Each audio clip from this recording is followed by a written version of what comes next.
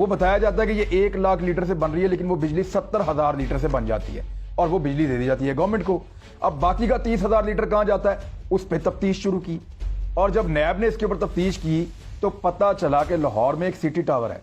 اس city tower کے اندر بیٹھا ہوا ایک آدمی وہ ایک بروکر کے طور پہ کام کر رہا ہے اور یہ جو اضافی تیل پاور پلانٹس کا ہوتا ہے یعنی وہ یہ بتاتے ہیں کہ ہم نے 100% تیل استعمال کر لیا ہے, ان کو سبسڈائز چیزیں ملتی ہیں, یہ پیچھے سے تیل لے کر آتے ہیں, یہ کہتے ہیں 100% استعمال کیا, اتنی بجلی بنی ہے, یہ آپ لے لیں جی, اس کے پیسے میں دے دیں بجلی کے.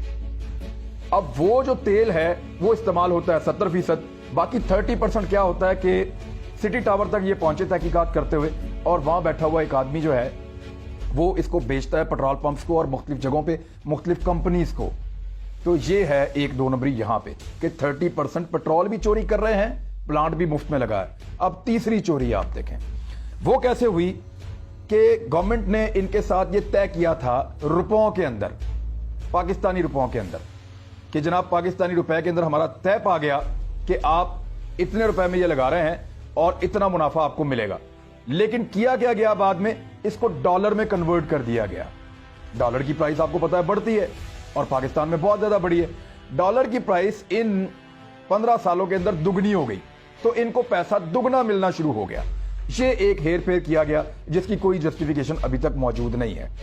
ایک اور ہیر پھیر وہ یہ ہے کہ طے کیا گیا تھا کہ آپ کو 15% منافع ملے گا تمام اخراجات نکال کے, یعنی لیبر کا خرچہ, ڈیپریسیشن کا خرچہ, وہاں پہ جتنے ٹیکنیکل لوگ کام کر رہے ہیں اس کا خرچہ, ٹرانسپورٹیشن کا خرچہ, ہر قسم کے اخراجات نکال کے 15% کا منافع اس کمپنی کو ملے گا.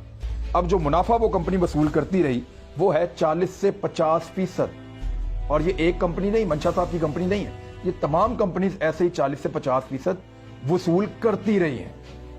یہ بھی ایک دھوکہ ہے. اب یہ کمپنیز والوں کے پاس اس کا کوئی جواب نہیں ہے, حکومت کے پاس اس کا کوئی جواز نہیں ہے کہ ان کا منافع کیسے بڑھا دیا, اس کا ریٹ کیسے بڑھایا, کس قانون کے تحت بڑھایا, اور یہ سرکار کا پیسہ, عوام کا پیسہ ان کی جیبوں میں کیسے گیا, اس کا کوئی جواب موجود نہیں. اب یہ سارے سوالات اٹھا دیے گئے تھے. یہ پوری انکوائری رپورٹ موجود تھی اور یہی انکوائری رپورٹ محمد علی صاحب جو کمیشن بنا, وہ چیئرمین تھے اس کے, ان کو فراہم کی نیب نے.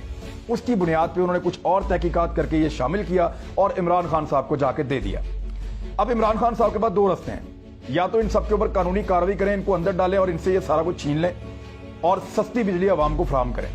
بجلی سستی ہو گئی تو یاد رکھیے گا پاکستان میں جو پروڈکشن کاسٹ ہے وہ بہت نیچے آ جائے گی اور پاکستان کو ترقی کرنے سے کوئی نہیں روک سکتا. چائنا کے ساتھ, انڈیا کے ساتھ, ہمارے آس پاس بنگلہ دیش کے ساتھ, باقی ممالک کے ساتھ ہمارے کمپٹیشن کا صرف ایک ہی تو چیز ہے جس میں ہم مار کھاتے ہیں, وہ بجلی ہے. نیب کو اس بیچ میں اور حکومت پاکستان کو سینکڑوں ٹیلی فون کالز اور سینکڑوں ای میلز موصول ہوئی ہیں, پیغامات موصول ہوئے ہیں کہ جناب آپ کسی طرح بھی آئی پی پیز کو اگر قابو کریں اور یہ چور بازاری آپ روکیں اور بجلی کی کاسٹ کو نیچے لے کر آئیں تو ہم کمپٹیشن میں آ جائیں گے اور پاکستان کی ایکسپورٹ بہت زیادہ بڑھ جائیں گی اور پاکستان اکنامک لحاظ سے دنیا میں واپس آ جائے گا, پاکستان کو ہوش آ جائے گی. اب یہ ساری چیزیں عمران خان صاحب کے ہاتھ میں آ گئیں اور یہ وہ چیز ہے جس کو ہاف والی کہتے ہیں. اب عمران خان جیسے پلیئر کو آپ یہاں بال دے دیں بیچ میں بلے کے آگے تو چھکا تو وہ مارے گا. اب آپشن عمران خان کے پاس ہے کہ اس نے لیگ پہ چھکا مارنا ہے یا اسٹریٹ پہ مارنا ہے. اس کی وجہ یہ ہے کہ عمران خان صاحب یا تو ان کے اوپر قانونی کارروائی کر کے ان کو گرفت میں لے کے ان سے زبردستی یہ کام کروا سکتے ہیں, یا ان کو بٹھا کر نیگوسیشنز کر کے ان کو اس چیز پہ لا سکتے ہیں جو اب یہ آہستہ آہستہ ماننا شروع ہو گئے ہیں. وہ ری نیگوسیشن بھی کریں گے, بجلی کی قیمت بھی کم کریں گے اور جو گردشی قرضہ ہے اس کے اندر بھی گنجائش نکالیں گے. تو پاکستان کے لیے, پاکستان کے مینوفیکچررز کے لیے, گھروں میں بجلی استعمال کرنے کے لیے جو لوگ استعمال کرتے ہیں, سب کے لیے یہ ایک اچھی خبر ہے. تو عمران خان صاحب نے کم سے کم ایک ایسے مافیا پہ ہاتھ تو ڈال دیا ہے جس پہ آج تک کسی نے ہاتھ نہیں ڈالا تھا. اب دیکھنا یہ آنے والے دنوں میں کہ یہ ہاتھ کتنا پکا ڈالا ہے, کیونکہ اس میں نام بڑے مزیدار ہیں, وہ میں آپ کو بتا دیتا ہوں. اس میں جو بینیفیشریز ہیں میں ان کے نام لے لیتا ہوں آپ کے سامنے. ندیم بابر صاحب عمران خان صاحب کے ساتھ ہوتے ہیں, بینیفیشری ہیں. رزاق داؤد صاحب وہ بھی اس کے بینیفیشری ہیں. سیف الرحمان صاحب نواز صاحب کے پرانے ان کے رشتہ دار ہیں, یہ بینیفیشری ہیں. عمر ایوب صاحب وفاقی وزیر ایک وائے سے, یہ بھی اس کے بینیفیشری ہیں. تو کم سے کم 3-4 لوگ تو عمران خان صاحب کے قریب ہیں جو اس سارے پروسیس کے بینیفیشریز ہیں. میاں منشا صاحب ہیں, وہ شریف خاندان کے قریب تھے, اور دیگر اور کچھ لوگ ہیں. تو یہ صرف 10 آئی پی پیز کی بات نہیں ہے, اس کے بعد لگنے والے اور اس کے بعد لگنے والے ان تمام کو بٹھا کے چیزوں کو سیٹل کیا جا سکتا ہے. میرے خیال میں یہ ہو جائے تو ہم سب کا بڑا بھلا ہو جائے گا.